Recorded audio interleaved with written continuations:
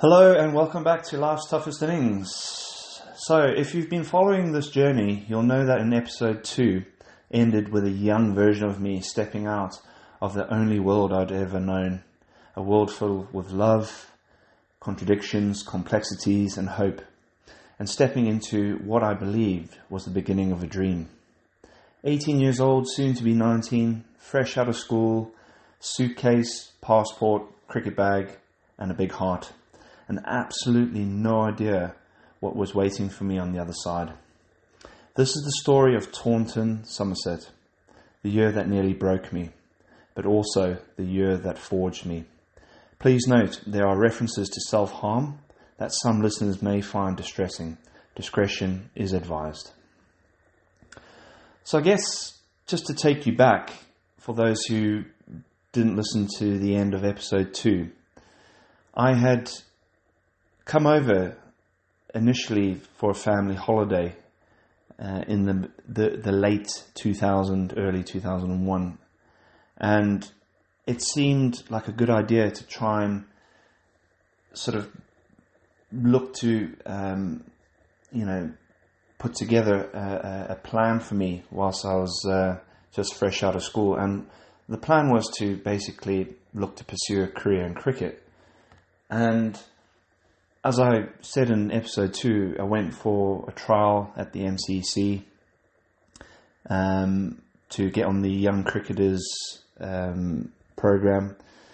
I was told by Clive Radley that I have a lot of talent and ability and that I should focus on getting straight onto a county staff. So with that in mind, and with a really good reference from Clive Radley, I approached Somerset, and we had arranged for me to go and have a trial, which was in early 2001, and the CEO at the time was impressed, as was the coach at the time, Kevin Shine, and they said, yeah, why don't you come back and join the academy program?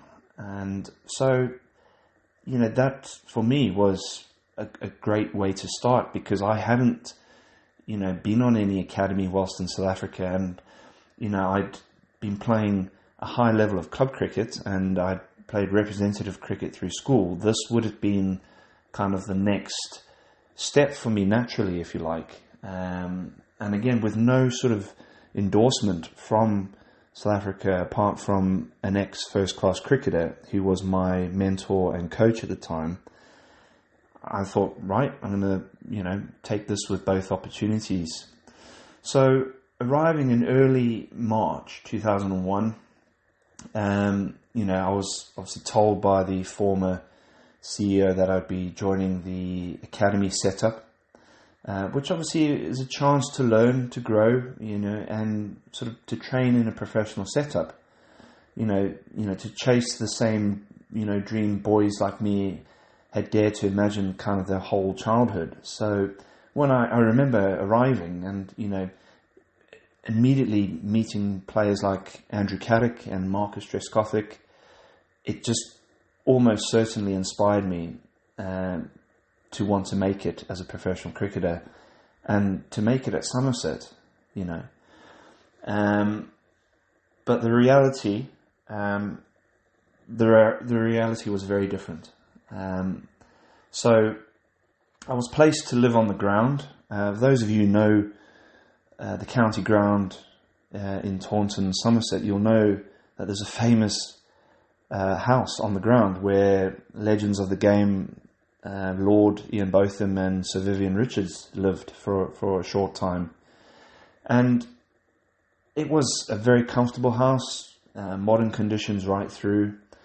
And I was literally placed alongside a handful of other young professionals who were all trying, to make their way. And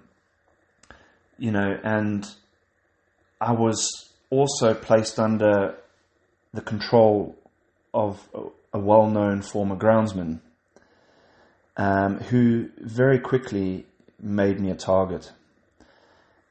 The deal or the offer that was put forward from the CEO to me and my father was that I would join the academy program. I would work on the ground in between my practices and playing games, and obviously play club cricket on the weekend for a team down in the Devon League called Seaton Cricket Club. So having never ever worked on a cricket ground, I mean, I've learned over the years how difficult it is, and this first kind of a real experience on working on a professional county ground, it was just, I was a virgin. I just didn't know what to do, and I think, with all due respect and in fairness to the head groundsman, I think he was really frustrated by that, because I think he had asked for someone with a bit of experience. And immediately reality was setting in that this was the CEO's way of trying to make me multitask as a person. Just bear in mind, I just wanted to go there and play cricket and improve my cricket and hopefully make it. I had zero interest on working on the ground, and and there were a couple of incidents where I hurt myself. Because it's a very physical job. One of the injuries I sustained was I hurt my back. I slipped a disc sitting on the roller, and again, I should never have been sort of tasked to do that. And I guess the groundsman made me roll the pitch because he kind of felt that was maybe one of the very few things I could do, and just wanted me out of the way while he went and did things that the head groundsman does and his co-workers.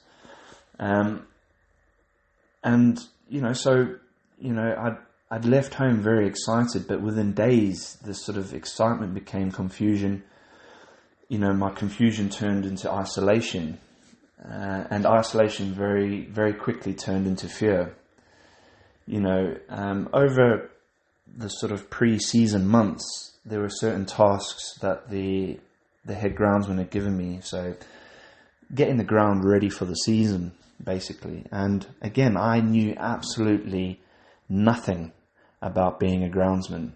So most of the time was spent with a paintbrush, a broom, and, just basically doing all the simple jobs. And, I could understand why they were frustrated, but their behaviour towards me just got worse and worse. The groundsman began to bully me, from the moment I woke up to the moment I went to bed. It wasn't performance-based, it wasn't about work ethic, it wasn't about cricket. I felt like it had become personal. It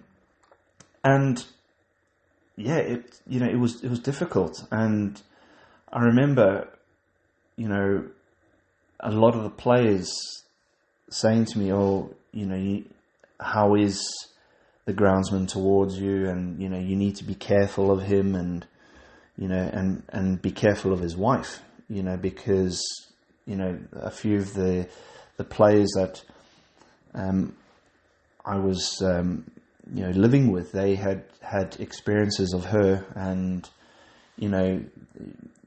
for long periods of time, whilst they were there on the staff, they felt like she had been harassing them. And, the players that stayed there would definitely sort of back this up. And, it's difficult because, my mindset was purely on cricket and wanting to play cricket as a job. And, I met a couple of the young professionals who I immediately got on well with, but were in a difficult situation themselves, whether they were injured, not in the first team, but I felt like I got on well with them. And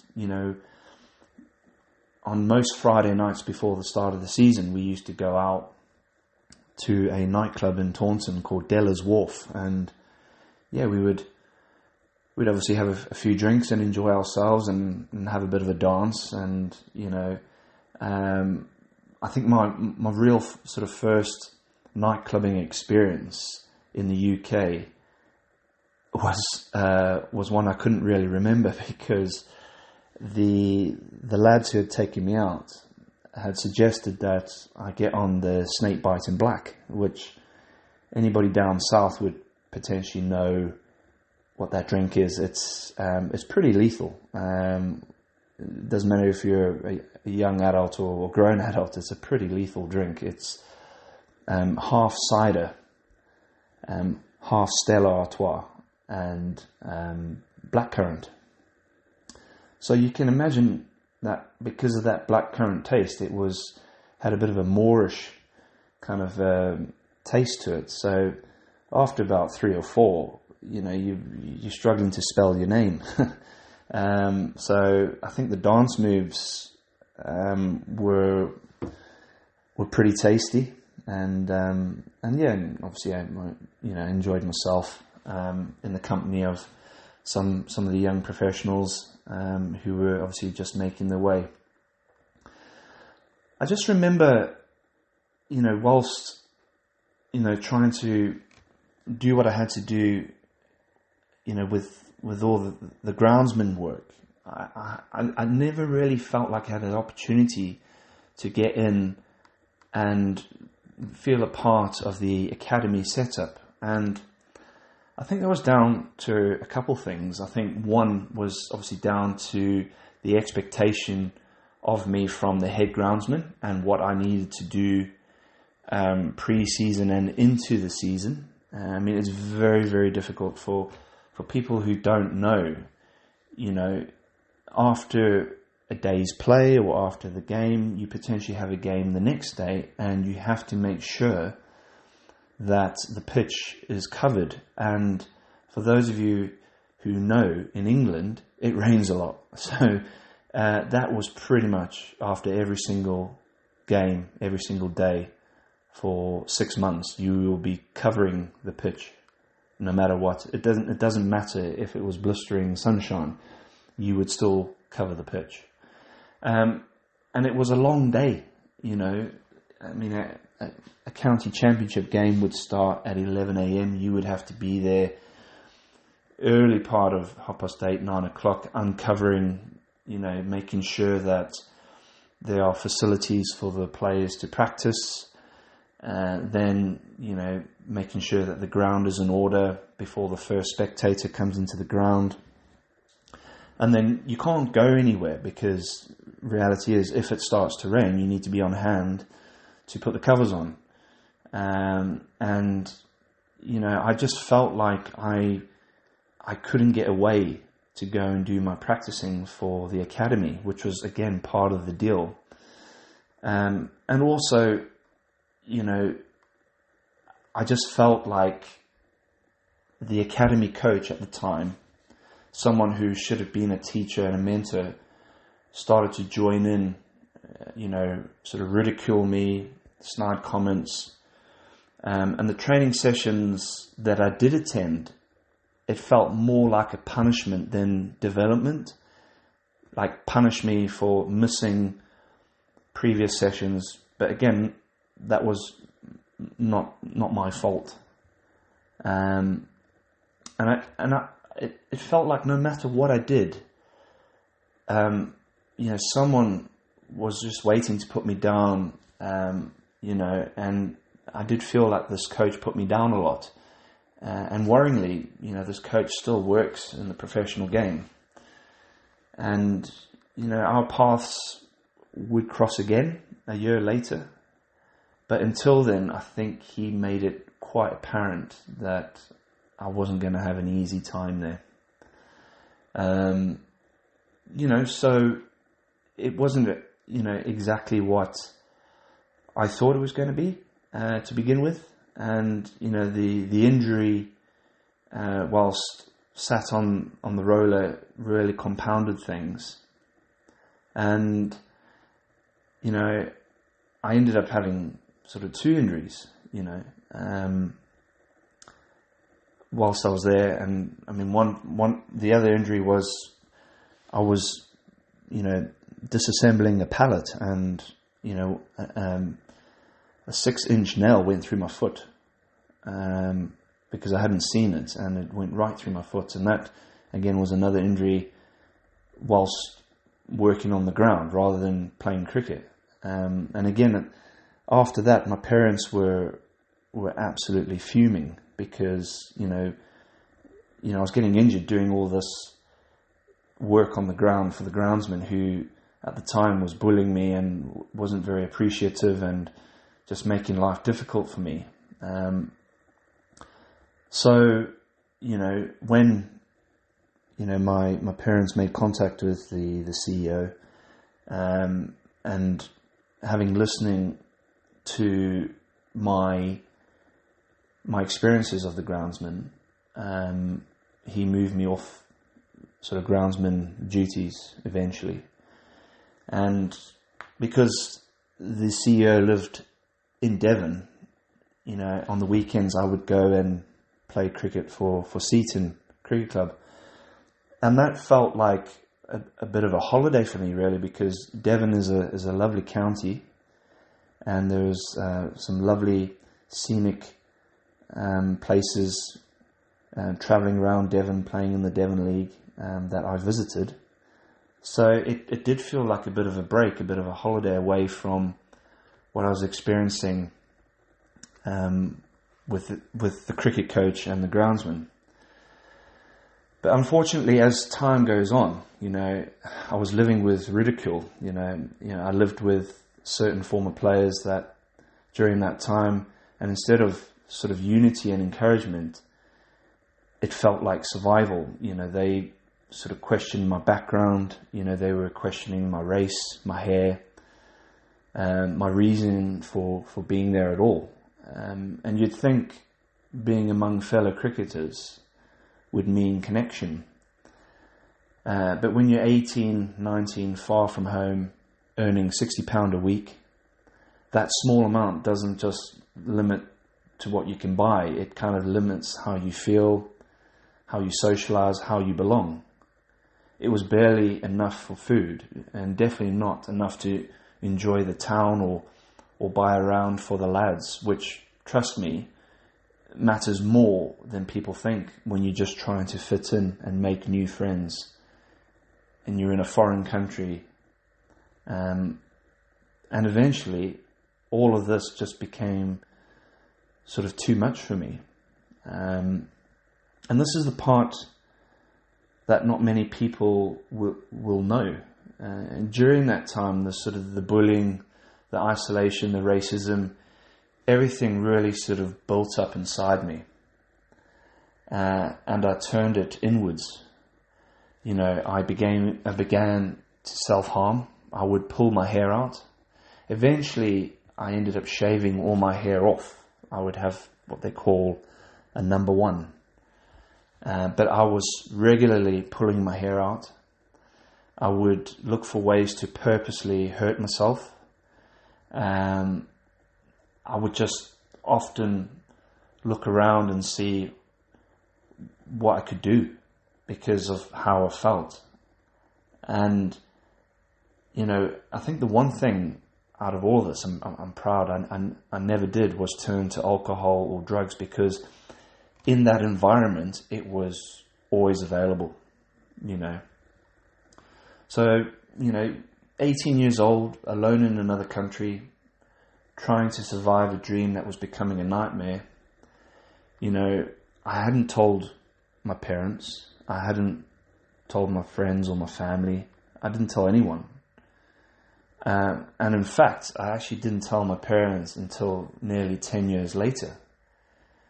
So I had carried these stories or these experiences for 10 years. It was a massive weight inside me, and it always used to build up every time I revisited the ground, or every time I played against certain players that were behaving in this manner towards me.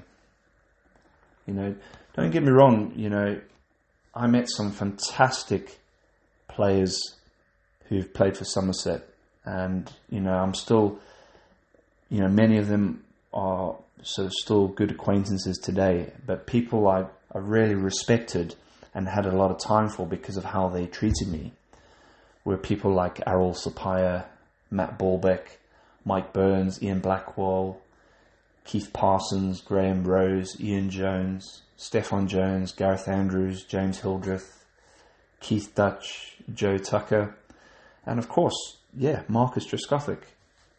Because every time I had met Marcus, he was nothing but polite, encouraging, and some of the times when we were out in Taunton, he would always buy you a drink because he knew that you were a young professional. You potentially wouldn't have a lot of money, and Marcus was obviously doing really well. He had just broken into the England team and got an England central contract, and he was obviously a big player for Somerset for many years. But if it meant he would buy your drink, that meant so much to him. And of course, there were other things, away from the sort of cricket side of things, where he would, if he was available, he would just pull you aside and ask you how things are going and if there's anything that he could do to help you. And I thought that was just amazing. And it didn't cost him a lot to do that. He didn't have to do that. So the fact that he chose to do that just shows the type of person he is. And I always remember I got on really well with people like Errol Sapaya and the younger professionals, because we were all on this similar journey to try and make it out of the academy. So people like Gareth Andrews and James Hildreth were all part of the academy group, and obviously went on to have fantastic careers. And I was very fortunate, when I was injured, that there was a fantastic physio by the name of Darren, who, again, just treated you like a human being. And, he couldn't believe at the time that I'd hurt my back sitting on a roller. And, he was always encouraging or supportive. And, when he treated you, he wanted to make sure, or do his best to make sure that you were fit or able to return and play the game that you love and you're obsessed with. And, these were people and gentlemen that I really sort of got on well with. One memorable story from my time that I won't forget was when the first team were playing away at Leicester, and they had asked me to do the 12th man duties, and naturally I was just in awe of this, and I just couldn't wait to do it, because just being in that environment to learn, just watch how professional cricketers prepare, not just on the morning, but prepare, the leading up to driving to Leicester and checking into the hotel, and everything that goes with that. People don't realize how much goes into your preparation as a professional sportsman. But I was partnered up with Rob Turner, who did a short little detour to Kookaburra, which is a cricket brand, and they do some fantastic cricket equipment over the years. And again, to be able to be in that environment where you can go in as a professional and just not take what you want, but just ask, well, can I have this, can I have that? It kind of, again, motivated me to want to make it, because Rob was getting some fantastic kit to see him through for the rest of the season. And my roommate for the 4 days, 4 nights was former England batsman Mark Lathwell. And again, a Somerset legend and a very quiet, unassuming person.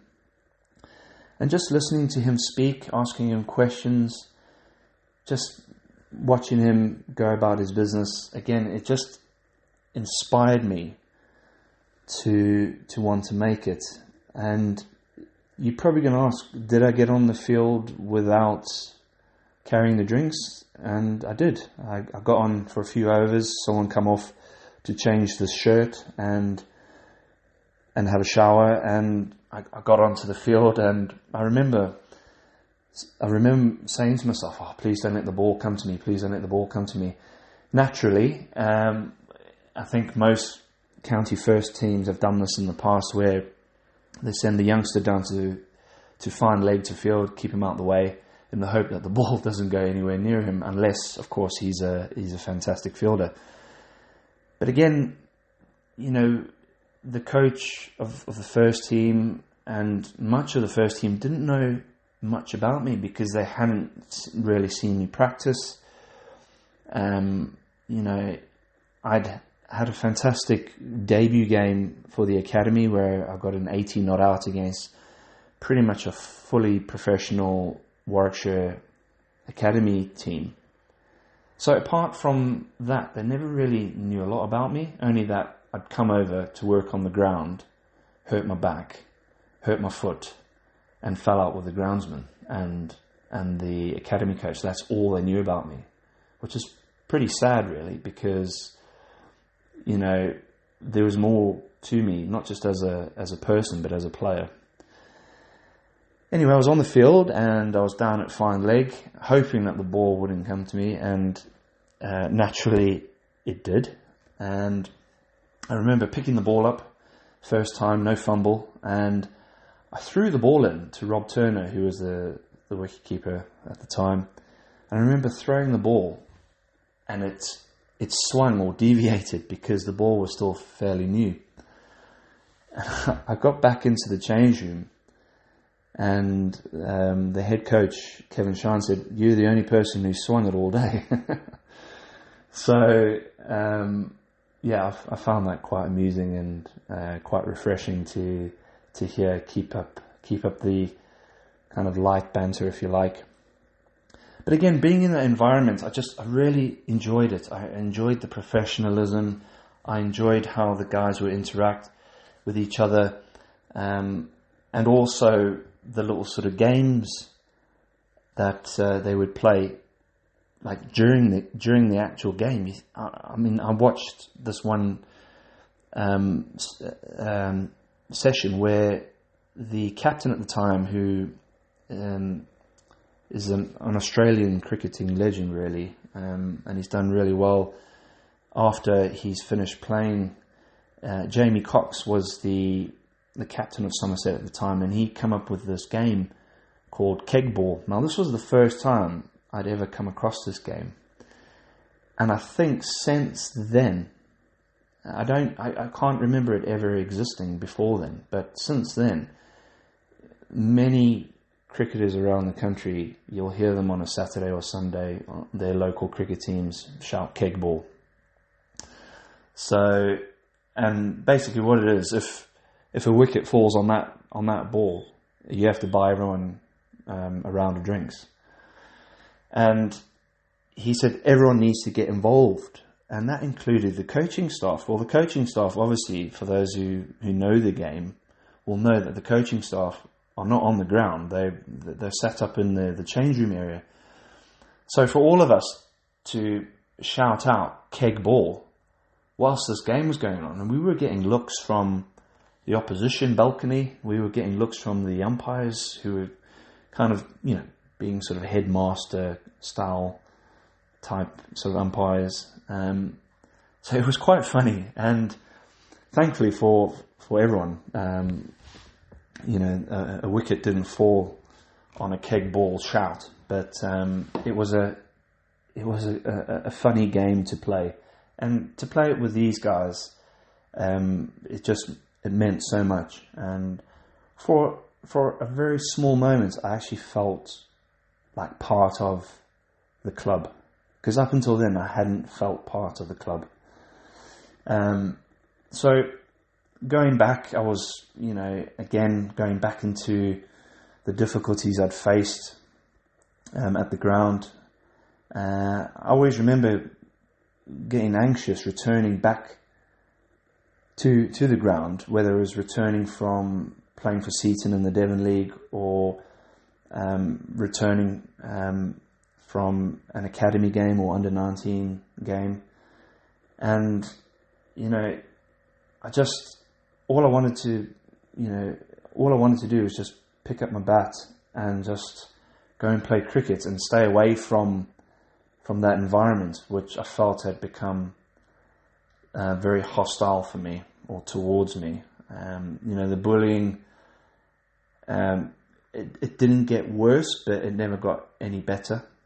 And again, I didn't feel like at the time I could share any of this with anybody, for fear of reprisal. You don't want, as a youngster, as I've said earlier, you just want to fit in. And as a youngster, I didn't want to cause any trouble. I just wanted to, do what was expected of me. And, I wanted to make it. I was desperate to make it. I was going to do everything I could to make it as a cricketer. When Mum and Dad eventually called, the CEO to report the groundsman's behaviour, nothing happened. The only thing that happened was I got moved off and wasn't required anymore.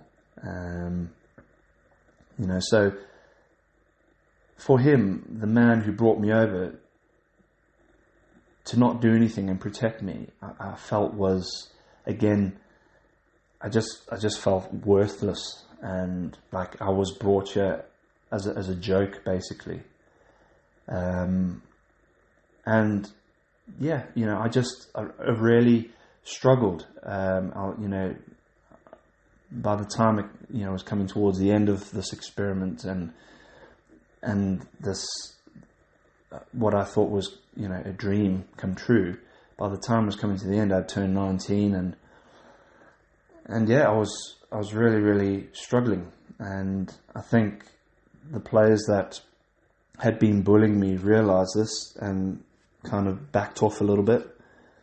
But the treatment from the groundsman and his wife hadn't stopped.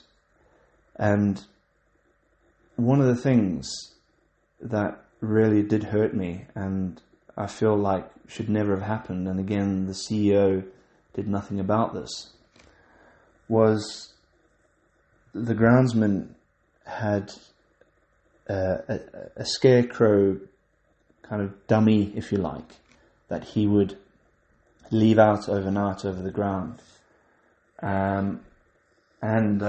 He had purposely changed, the scarecrow's name to my name. He had, so the groundsman had obviously found some old clothing and had dressed the scarecrow up, and he had written my name on there. And that scarecrow remained there for years in my name. Again, should that have been allowed? Did anyone take issue with it? A lot of them, or majority of the people, found it funny. But again, the ones that laughed and the ones that found it funny, they actually don't know what it did to me. And it was at that moment where I started to question my self-worth. I felt like, if this is what professional cricket is all about, then I don't want anything to do with it. And I remember taking myself out for a walk and basically just finding a quiet spot in the town centre in Taunton and just basically crying my eyes out because I had experienced racism and bullying to a certain degree at school, but to experience it in a professional environment and in a professional sports environment was very difficult, and I struggled, and I regret not telling my parents, because I think if I had told my parents, they would have done something about it, and I think they would have escalated it to the powers that be, not just at the club, but within the professional game in the UK. So I do regret not telling them at the time, and I think carrying these experiences with me for a period of 10 years nearly before I actually sat my parents down and told them.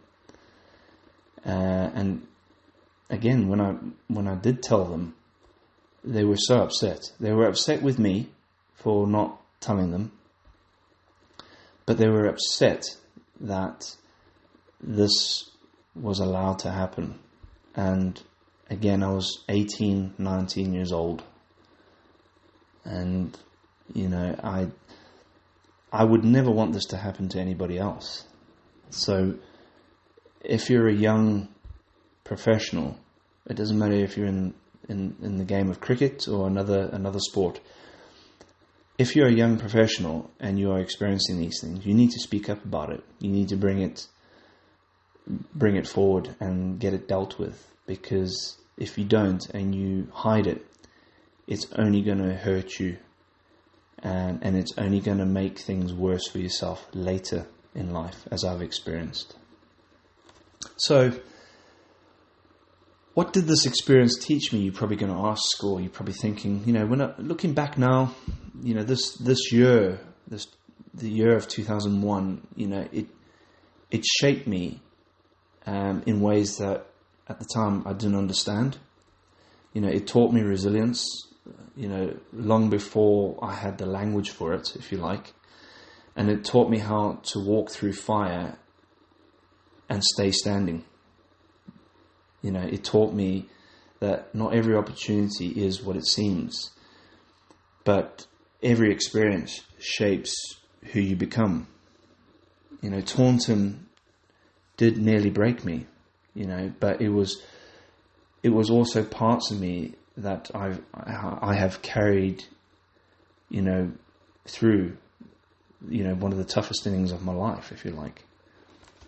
And that's why I'm sharing it now, because for years I kept this chapter hidden, and by hiding, you know, pain, it doesn't heal it, you know. But telling the story, when I first told my parents, I felt the healing process start. There was a long way to go, but when I first spoke of it to my parents, that was the start of healing and letting it go, if you like. You know, there were parts of Taunton that I enjoyed. The scenery, it was a beautiful town to be a young man in, and you know, I've made some friends there, not many, but I made some friends. And again, as I've mentioned earlier, you know, our paths, whether it was the player, whether it was the coach or the groundsman, would cross over again. I had hoped that I wouldn't see them again. I had hoped that I wouldn't have to endure them again. But I did, and those are in some of the future chapters and episodes for you to look out at. So, thank you for listening to this deeply personal episode. If you've ever felt alone, lost, isolated, or targeted, I want you to know this. You can survive it. You can come through it. And one day you can stand tall and tell your story. So, In the next episode, we move into what happened after Taunton, how cricket began to open doors again for me, and how the right people showed up at the right moment, and how a dream that almost died began to breathe again. I'm Grant, and this was episode 3 of Life's Toughest Innings. See you for the next episode. Let's talk this path together.